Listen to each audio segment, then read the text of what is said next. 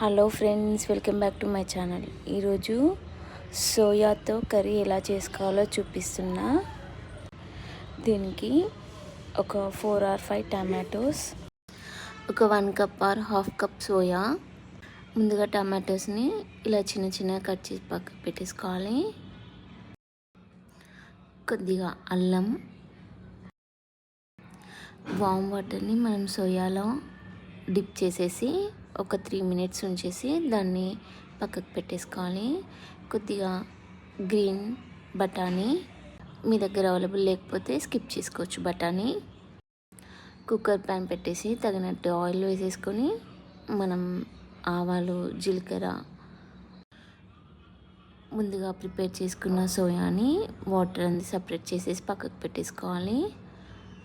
దాంట్లోకి కొద్దిగా ఎండుమిర్చి, కొద్దిగా పసుపు, అల్లంని ఇలా స్మాష్ చేసి పెట్టేసుకోవాలి. దీంట్లోకి గ్రీన్ బఠానీ, ఇవి పచ్చివే అండి.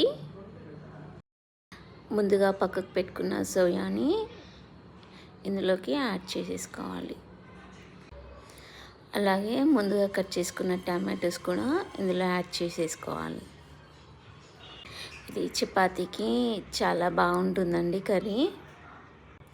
కుక్కర్లో అయితే బాగా వస్తుందండి, గ్రేవీగా.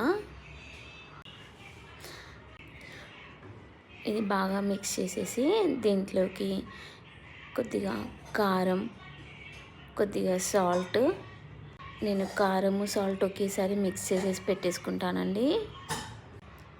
కరివేపాకు పౌడర్, సాంబార్ పౌడర్, కొద్దిగా వాటర్ యాడ్ చేసేసి మీడియం ఫ్లేమ్లో ఒక విజిల్ వచ్చేలా ఉండనివ్వాలండి. అంతే, సింపుల్ సోయా కర్రీ రెడీ అండి.